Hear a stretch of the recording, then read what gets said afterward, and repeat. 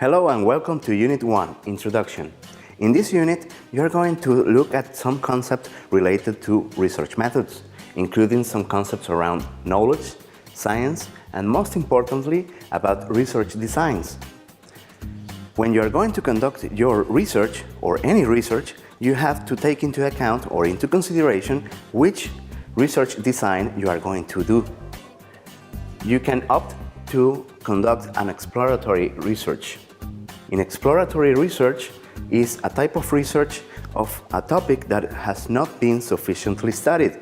Hence, there is not much information about it. So you are conducting a brief exploration of the problem. Then you can have a descriptive methodology. A descriptive methodology describes all there is to know about an issue, which of the variables can intervene in a given topic and what is the relationship among them. Then you can have an explanatory research design.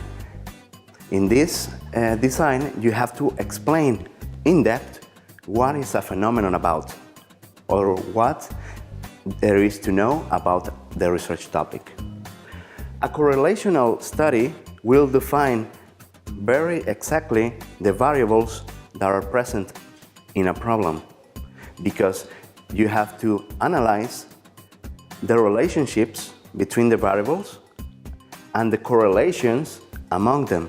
The correlation between variables will tell you if there is high or low relationship between variables. Then you will also look into the research paradigms. There are three of them. The main one, or the most common, is the quantitative research paradigm. In this paradigm, you are going to collect quantitative data, numerical data, and you are going to analyze it using mainly statistical methods. You have also qualitative research, or a qualitative paradigm. In qualitative research, you are going to collect data in depth and very detailed data that is not numerical in nature. It can be personal communication, interviews, and you are going to analyze it using a set of categories. Then you can have a mixed research paradigm where you use both quantitative and qualitative instruments, and you can also use statistical as well as discourse analysis methods. The main assignment you have to write in this unit is your problem statement. The problem statement is comprised of many things. One of them is to write the what.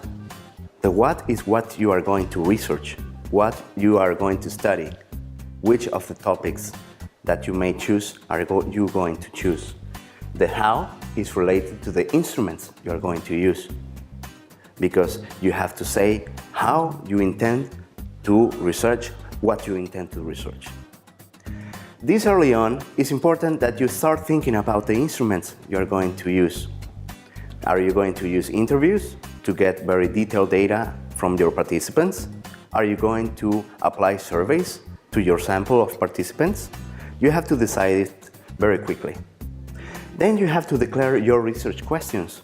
Research questions are related to the what you are going to study, because they are statements in the form of questions that describe very briefly what you're going to study. The research objectives are milestones or activities that you have to go through in order to answer the research questions. Then you have to write your justification. You have to justify the research. Why is it important to do it? What do we gain with your research? A very easy way to write a justification is to think about all the stakeholders, all the people that your research may help. It can be other students, teachers, society in general, parents, lawmakers, etc. You have to state all these stakeholders that your research are going to benefit, and then say why they benefit from your research and what part of your research they can take into consideration to improve. When you have written your problem statement, all of this, you have to validate it. One important thing, and one of the main things, is that in writing your research statement, you have to use information sources. Look up into the library, the digital library, and also on the internet about other researchers' experiences in a similar topic.